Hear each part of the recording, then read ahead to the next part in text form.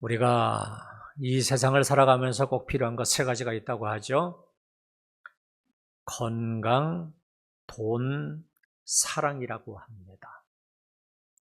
건강이 없으면 하고 싶은 것을 할 수가 없을 것이고, 또 돈이 없으면 우리 사회는 자본주의 사회이니까 아무것도 할 수가 없을 것이고, 그리고 사랑이 없으면 우리 사람은 사랑을 먹고 사는 존재이니까 삶의 의미가 없을 거예요. 그런데 오늘 본문에 보시면 이 세 가지가 전혀 없는 사람이 등장을 해요. 건강을 잃어버린 지 38년이나 된 사람이고요. 38년 동안이나 병을 앓았으니까 있던 돈을 다 탕진하였을 것이고, 주위에 사람이 없는 것으로 보아서 사랑조차도 잃어버린 사람이었습니다.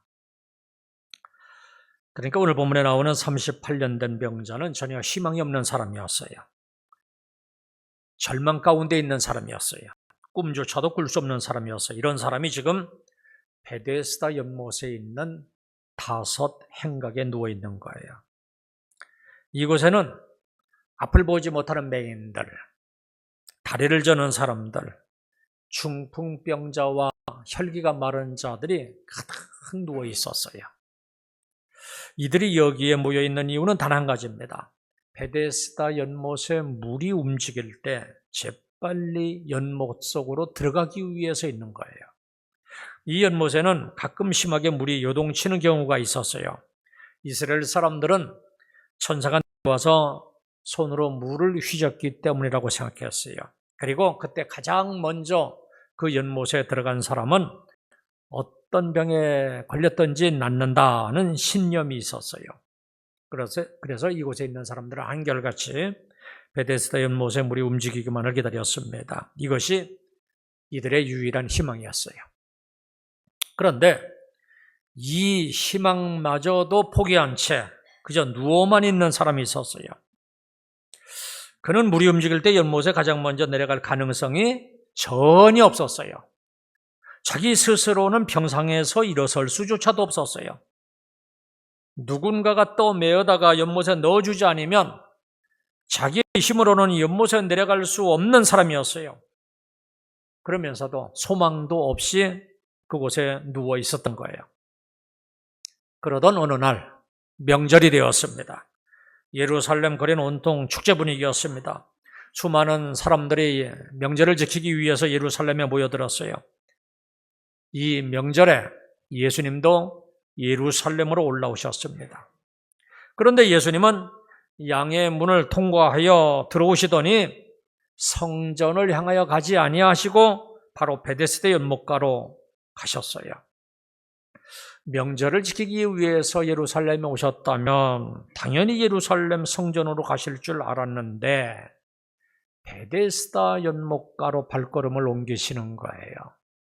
그래서 제자들 아무것도 모르고 그저 그 뒤를 따라가기만 했어요. 예수님이 어디로 가셨는가 오늘 본문을 좀 보시겠습니다.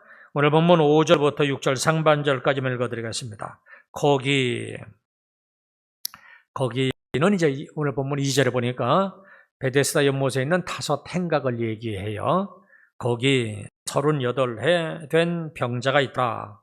예수께서 그 누운 것을 보시고 병이 벌써 오랜 줄 아시고, 예수님은 그곳에 즐비하게 누워있는 병자들 가운데 38년 된 병자를 찾아오신 것이었어요.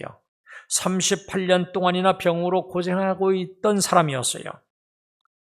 여러분, 말이 그렇지 38년 동안이나 중증으로 고생하고 있다고 생각해 보세요. 그 사람의 몸에서는 악취가 나고 몰골이 많이 아니었을 거예요. 아마도 죽어서 실려가는 환자들을 보면서 수도 없이 절망했을 거예요. 또 한 사람이 죽어나가는구나. 나도 언젠가는 저 사람처럼 죽어나가겠구나. 그러면서 절망했을 거예요. 그러니까 이 사람은 언제 낫는다는 보장도 없고 완전히 치료받고 다시 집으로 돌아간다는 기대도 없었어요. 소망도 없고 꿈도 없고 아무런 기대도 없는 사람이었어요.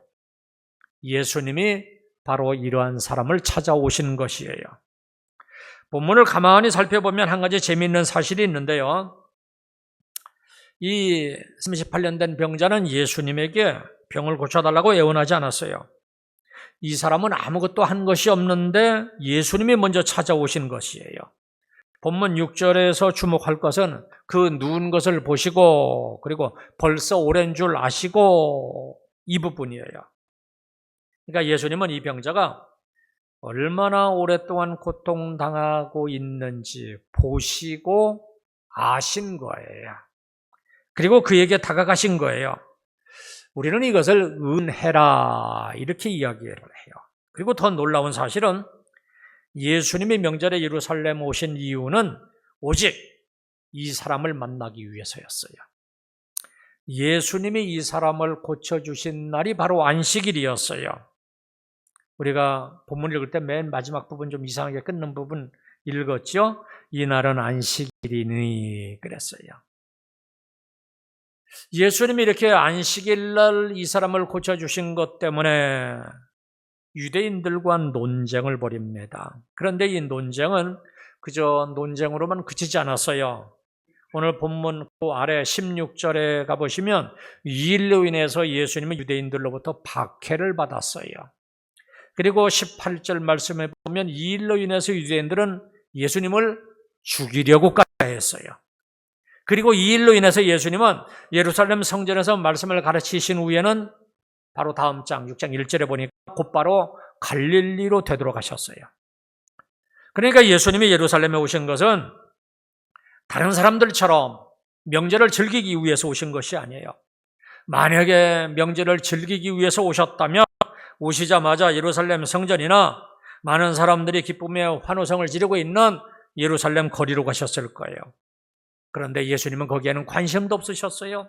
오직 한 사람 38년 된 병자를 만나기 위해서 갈릴리에서 며칠이나 걸어서 예루살렘에 오셨고 그리고 그 병자를 고치신 후에는 다시금 며칠을 걸어서 갈릴리로 되돌아가셨어요. 주님은 지금도 역시 마찬가지예요. 주님을 필요로 하는 한 사람을 찾아오시는 분이세요. 그 한 사람이 바로 여러분 한 사람이 되시기를 바랍니다. 내가 한 것이 아무것도 없어도 찾아오시는 분이세요. 우리 형편을 미리 아시고 찾아오세요. 이것이 우리에게는 바로 은혜예요.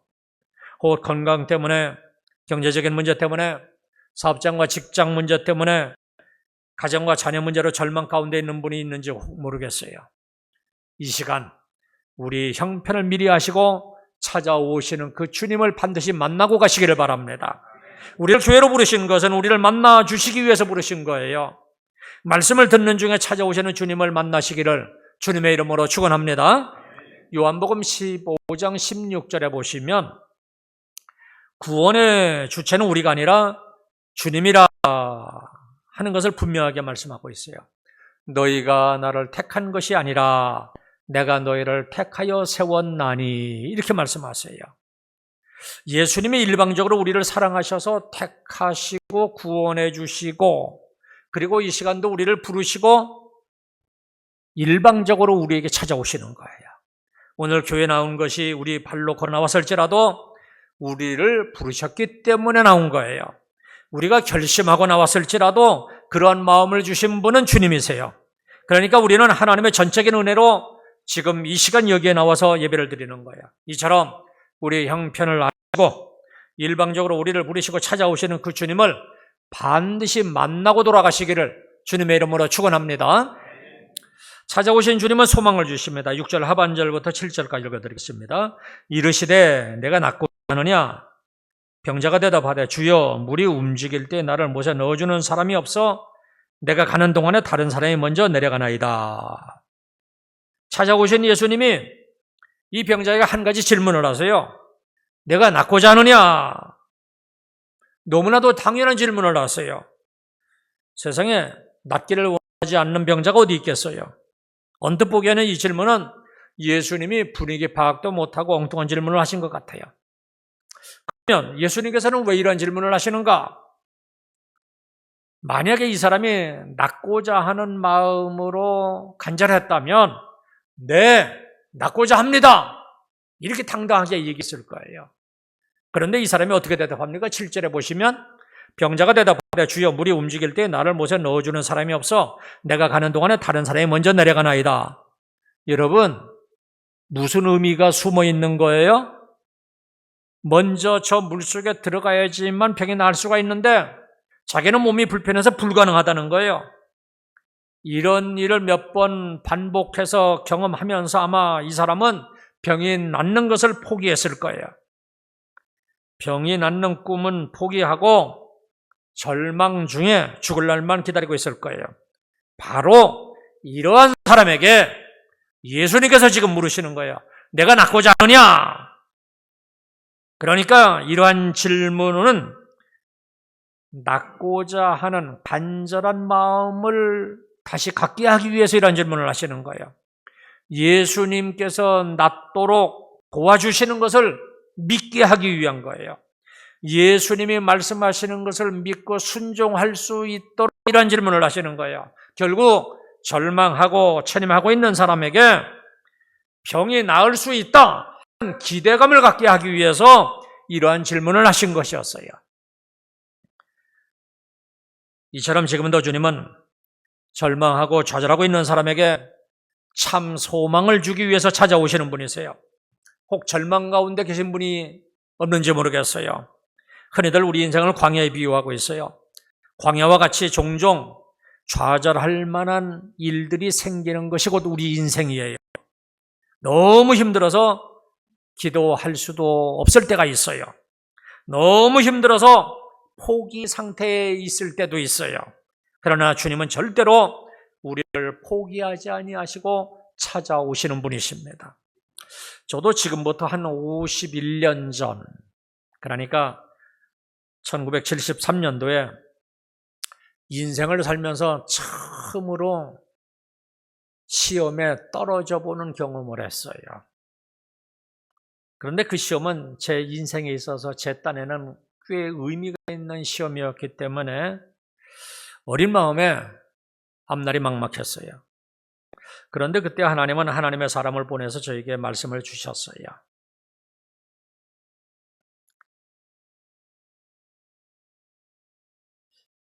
여자분인데 순복음교회에서 왔다고 하더라고요. 그런데 그 사람이 누군지는 모르겠어요. 그런데 모자를 쓰고 있었던 것 같기도 하고. 그런데 그분이 찾아오셔서 많은 사람들을 모아놓고 예배를 드리는데 나도 불러가지고 가봤더니 참 많은 사람이 이미 와 있었더라고요. 그런데 나중에 그 사람이 나는 이제 예배를 드리고 끝나자마자 확 와버렸어요. 그랬더니 그 사람이 꼭 집어서 바로 나 때문에 하나님께서 자기를 여기 보내신 것 같다 이렇게 말씀을 하셨어요. 그런데 그때는 그분이 하는 말이 전혀 내 귀에 들어오지가 않았어요. 지금 당장 나는 죽을 것만 같은데 세상이 끝난 것만 같은데 무슨 말인들 제 귀에 들어올 수가 있겠습니까? 그런데 그때부터 이미 하나님은 저를 붙들고 계셨고 하나님의 선하심과 인자하심은 저를 따라다녔고 그로부터 20년 후에 다시 하나님의 사람을 통해서 말씀을 주실 때 그때야 20년 전에 주셨던 그 말씀이 생각났고 저는 제2의 새로운 삶을 살 수 있게 되었어요. 그래서 저는 여러분들에게 하나님을 소개할 때 항상 그러죠. 참 좋으신 분이십니다. 이렇게 소개를 합니다.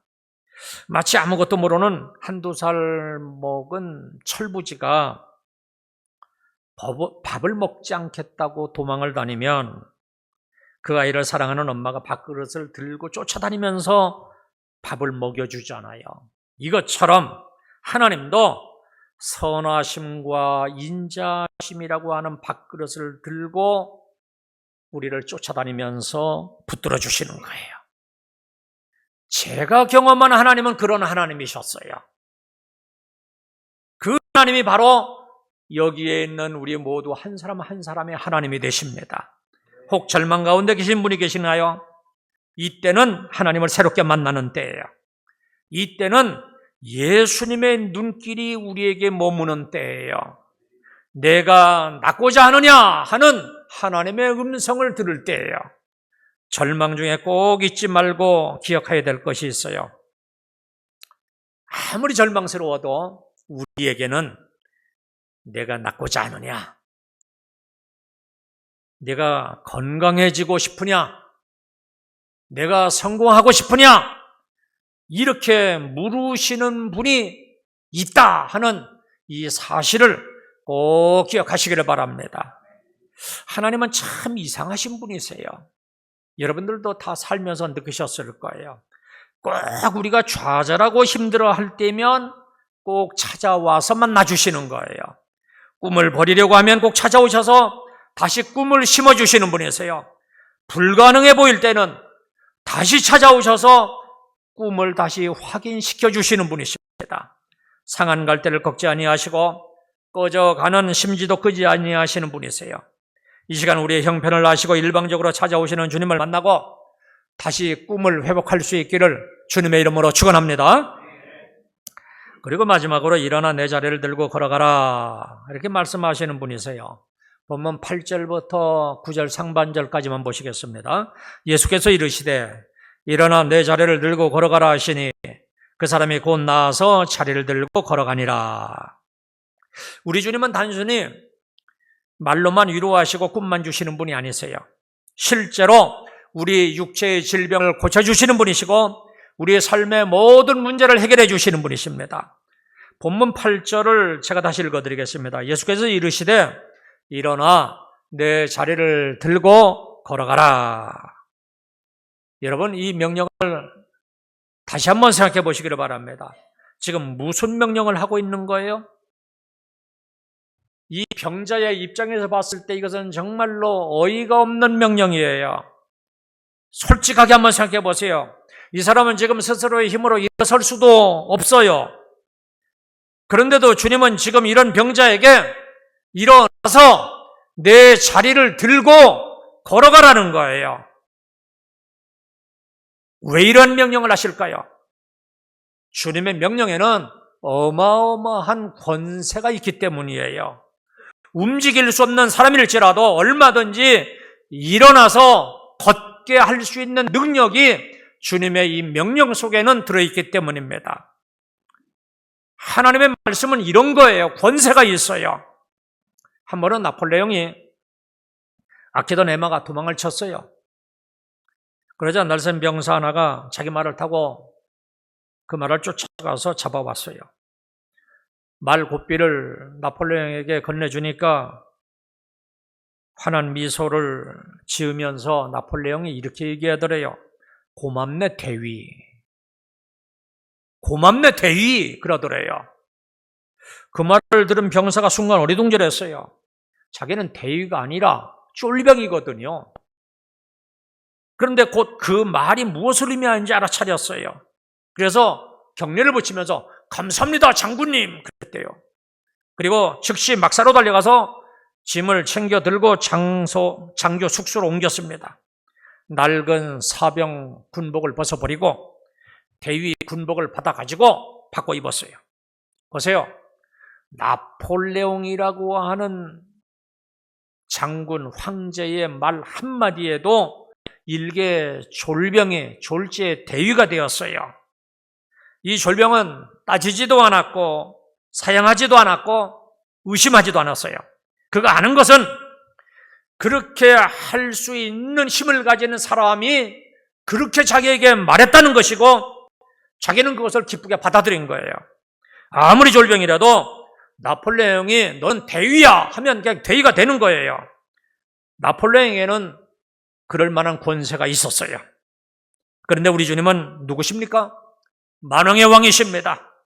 우리 삶의 전권을 쥐고 계신 분이세요. 그러한 주님이 지금 말씀하세요. 일어나 내 자리를 들고 걸어가라. 그러면 우리는 그대로 하면 되는 거예요. 우리 주님에게는 그렇게 하실 수 있는 능력이 있어요. 주님이 명령하시면 그냥 그렇게 되는 거예요. 주님은 쫄병을 대위로 만드는 나폴레옹보다도 더 큰 권세를 가지신 분이세요. 그렇다면 아무리 힘들고 고통스럽고 불가능해 보일지라도 이제 때가 되어서 주님께서 말씀하시면 우리는 그저 믿고 순종하기만 하면 돼요. 38년 된 병자가 주님의 명령에 순종하였더니 어떻게 되었는가? 자기가 누웠던 자리를 들고 일어났어요. 걸었어요. 예수님이 하시는 말씀을 믿고 그 말씀대로 했더니 기적이 일어난 거예요. 우리는 여기서 38년 된 병자의 믿음을 발견할 수가 있어요.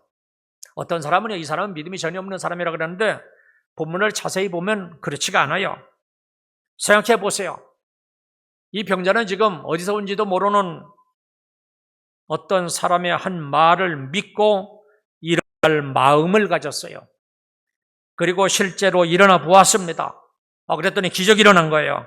놀랍게도 예수님의 말씀을 듣고 순종했더니 기적이 일어난 거예요. 그러니까 이 사람은 예수님의 말씀을 믿고 순종한 사람이에요.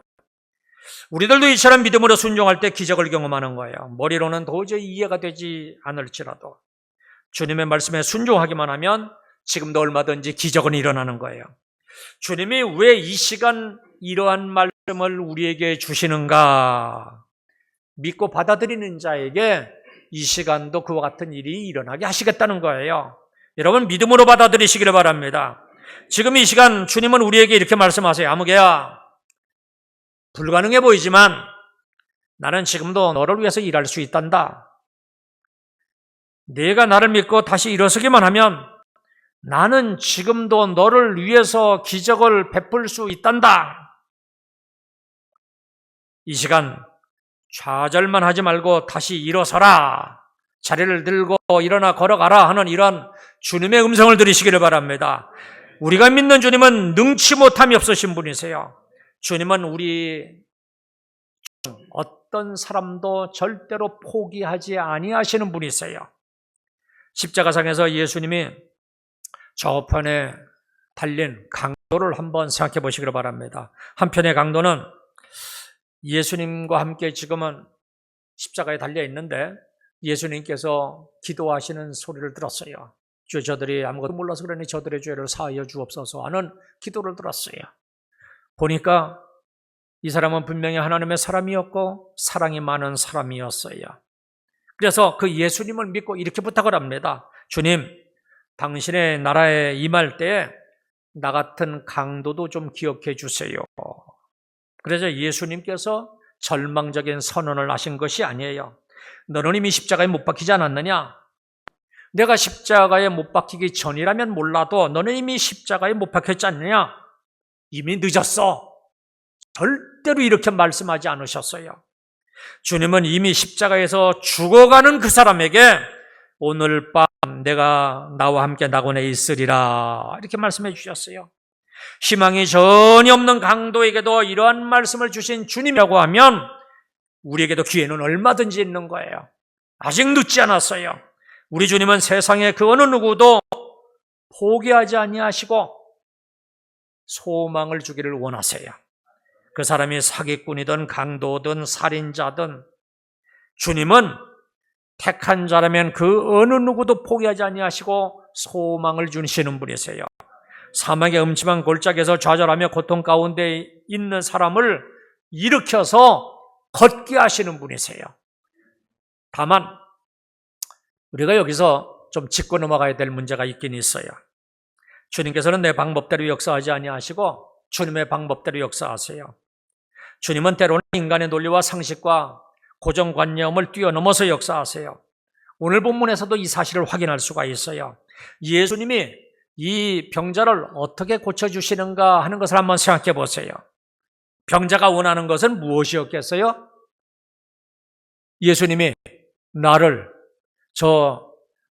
연못이 힘으로 칠 때 자기를 그곳에 가장 먼저 집어넣어 주는 것을 원했을 거예요. 그런데 예수님은 그렇게 하지 않았어요. 인간적인 관점에서 보면 도저히 이해할 수 없는 말씀을 하시는 거예요. 일어나 내 자리를 들고 걸어가라고 하세요. 도저히 이 사람이 할 수 없는 것을 지금 명령하고 있어요. 그런데 여러분, 이 말씀 속에는 엄청난 비밀이 숨겨져 있는 거예요. 정말 내가 병에서 낫기를 원한다면 반드시 내가 먼저 해야 될 일이 있다. 믿음으로 일어나서 자리를 들고 걸어가는 것이다 하는 거예요. 결국 그 병자가 예수님의 말씀대로 하자 38년 동안이나 고생하던 이 환자가 감쪽같이 났어요. 비록 논리에 어긋나지만 이성으로 이해가 되지 않지만 경험적으로 전혀 맞지 않지만 이 병자는 이 말씀에 순종했어요. 할 수 없는 일이지만 그래도 믿음으로 자기 발에 힘을 한번 주어 봤어요. 그랬더니 이상하게도 그 다리에 힘이 생기기 시작하는 거예요. 그리고 나중에는 일어설 수가 있었어요. 지금도 주님은 우리에게 똑같은 명령을 하실 수 있어요. 이때 여러분 어떻게 하시겠어요? 주님의 이런 음성을 지금 이 시간 오셔서 하신다면 여러분 어떻게 반응하시겠습니까? 주님, 제발 저를 저 연못이 동할 때 저기에 좀 넣어주세요. 그런데 저는 힘이 없어서 일어설 수도 없고 저를 도와줄 사람도 없어요. 그러니 주님, 저를 다른 사람보다도 먼저 저곳에 좀 넣어주세요. 이렇게 내 방식만 고집을 하고 주님의 말씀을 들으려고 하는 것은 아닙니까? 여러분, 가장 좋은 방법은 주님의 말씀대로 순종하는 거예요. 내 생각과 다를지라도 주님의 말씀대로 하면 틀림없어요. 그러니까 주님이 말씀하시면 우리는 순종하는 게 가장 좋은 방법이에요. 그래서 병도 낫고 문제도 해결되고 꿈도 회복되시기를 바랍니다. 그리고 결단만 하고 순종하는 것을 미루지 마세요. 지금 즉시 순종하는 거예요. 미루는 것은 사단의 전략에 넘어가는 거예요. 순종은 즉시 하는 거예요. 생각만 하고 결단만 하고 순종하지 않는 것은 가장 바보 같은 사람이에요.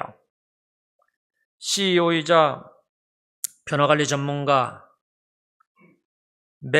팻 맥라겐이라고 하는 사람이 책을 썼는데 베스트셀러가 되었습니다. 책 제목이요, 바보들은 항상 결심만 한다는 거예요. 한번 따라해 보세요. 바보들은 항상 결심만 한다.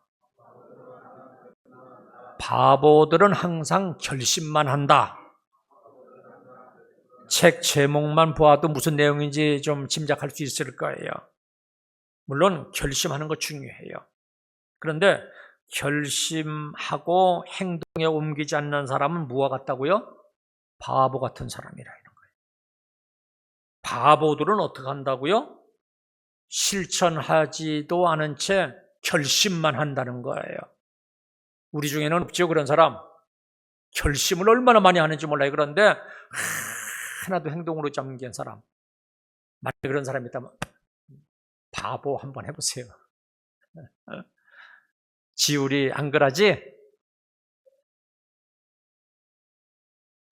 성공한 사람들의 공통적인 특징은 결심한 것을 행동으로 옮겼다는 것이고요. 실패한 사람들은 결심만 하고 행동으로 연결시키지 않는 사람들이에요. 그렇다면 우리들은 문제를 해결하고 성공하고 싶으면 결심만 하지 말고 행동해야 돼요. 순종해야 돼요. 그것도 즉시 순종해야 돼요. 저와 여러분들은 이해할 수 없고 불가능해 보일지라도 믿음으로 순종하시기를 바랍니다. 하나님의 말씀이 나에게 선포되면 그 말씀을 무조건 믿음으로 즉시 순종하시기를 바랍니다. 그래서 38년 된 병자처럼 어떤 힘든 일을 겪고 있을지라도 그것이 어떤 문제이든지 해결되고 회복되는 은혜가 있기를 주님의 이름으로 축원합니다. 이제 기도하겠습니다.